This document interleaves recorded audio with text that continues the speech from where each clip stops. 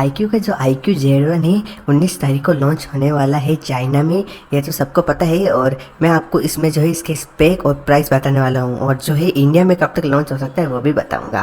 पहले मैं आपको इसके स्पेक्स बता दूँ। डिस्प्ले होने वाली है 6.6 इंचेस की, जो कि फुल HD प्लस होगी, लेकिन यहाँ पे IPS डिस्प्ले देखने को मिलेगी जो 144 हर्ट्ज के रिफ्रेश रेट के साथ आएगी। मतलब आप अगर गेमर्स हो तो गेमर्स के लिए मोबाइल बनेगा, क्योंकि 144 हर्ट्ज के रिफ्रेश रेट के साथ जो स्मूथनिंग होगी स्क्रीन की वो ज़बरदस्त होने वाली है। मैं आपको बता दूं यहाँ पे आपको पीछे ट्रिपल कैमरा 48+8+2 ऐसे देखने को मिल जाएगा। 48 आपको जो है सोनी IMX586 सेंसर के साथ देखने को मिलेगा, 8 मेगापिक्सल का अल्ट्रा वाइड, 2 मेगापिक्सल का मैक्रो, और फ्रंट में जो है आपको पंच होल कैमरा देखने को मिलेगा जो बताया जा रहा है 13 मेगापिक्सल का होने वाला है।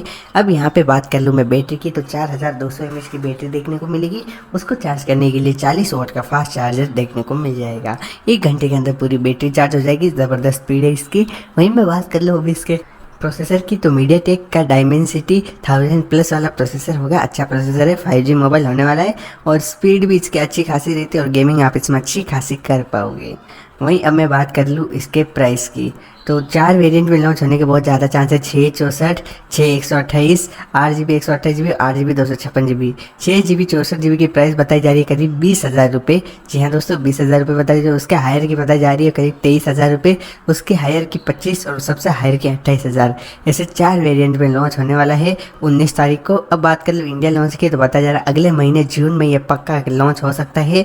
और बताया जा रहा है इसकी जो इंडिया में प्राइस होगी वो 6GB 128GB वेरिएंट की करीब 25,000 प्राइस होने वाली है यहाँ पे। आपका क्या कहना है ज़रूर कमेंट करके बताइएगा और आप इसका वेट कर रहे हैं हमें ज़रूर बताइएगा।